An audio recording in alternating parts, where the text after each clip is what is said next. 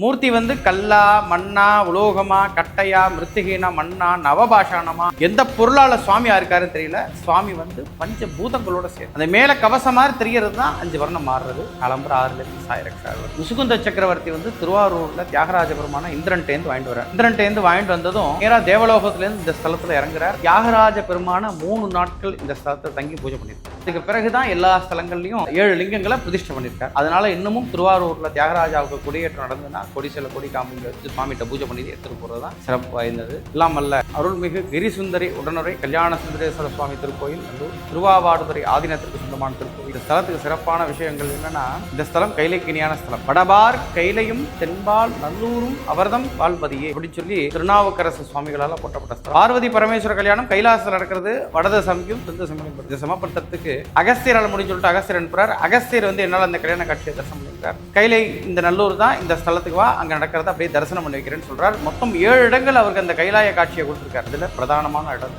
இதுல இன்னும் ரொம்ப விசேஷமானது என்னன்னா, சுவாமியுடைய ஆவடையாறுல ஒரே ஆவடையாறுல 2 லிங்கம். சுவாமிக்கு பக்கத்துல அகஸ்தியர் லிங்கம். சூரிய உதயத்திலேருந்து அஸ்தமனம் வரைக்கும் 6 நாழிகை 1.5 மணி நேரத்துக்கு ஒரு வர்ணமாக சுவாமி நிறம் மாறிட்டு வர்றார். மகம் பிறந்தது நல்லூரில், மகாமகம் பிறந்தது கும்பகோணத்தில் சொல்லுவாங்க. இந்த ஸ்தலத்துல மக நட்சத்திரத்துல 7 கடல்கள் மாசி மாசத்துல எழுத்த குளத்துல ஐக்கியமாறுது. இங்க உள்ள காளி வந்து சோழ சாம்ராஜ்யத்துல 9 காளியை குலதெய்வமா வச்சு வழிபாடு பண்ணாங்க. அதுல இந்த காளி தான் ரொம்ப பிரதானமானது. அமர்நீதி நாயனார் சுவாமிகளுக்கு முக்தி கொடுத்த ஸ்தலம். அதே மாதிரி திருநாவுக்கரசர் சுவாமிகளுக்கு இந்த ஸ்தலத்துல திருவடி தீட்சை, பாத தீட்சை கொடுத்து அனுகிரகம் பண்றாரு. அதனாலதான் பெருமாள் கோயில்ல சடாரி சாத்திராப்புல இந்த சிவாலயத்துல திருவடி தீட்சை, அந்த திருவடி தீட்சை கொடுக்குற ஸ்தலம். குறிப்பா திருமண மாலைன்னு சொல்லி பிரார்த்தனை பண்ணிட்டு சுவாமிக்கு மாலை போட்டு அது அவளுக்கு போடுவா. திருமண தடைகள் தான் நிவர்த்தி ஆகும். கும்பகோணம் கோவில் நகரம் பக்கத்துல ஜஸ்ட் ஒரு 7 கிலோமீட்டர் தொலைவில் நல்லூர் கல்யாண சுந்தரேஸ்வரர் பஞ்சவர்ணேஸ்வரர் கோயில்னா எல்லாருக்கும் தெரியும். இப்போ புதுசாக பைபாஸ் போட்டிருக்காங்க. அதுக்கு பக்கத்துலேயே அமைஞ்சிருக்கு. எல்லாரும் இந்த சுவாமியை பிரார்த்தனை பண்ணிட்டு எல்லா அனுகிரகமும் வளமும் கிடைக்க பிரார்த்தனை பண்ணிக்கிறேன்.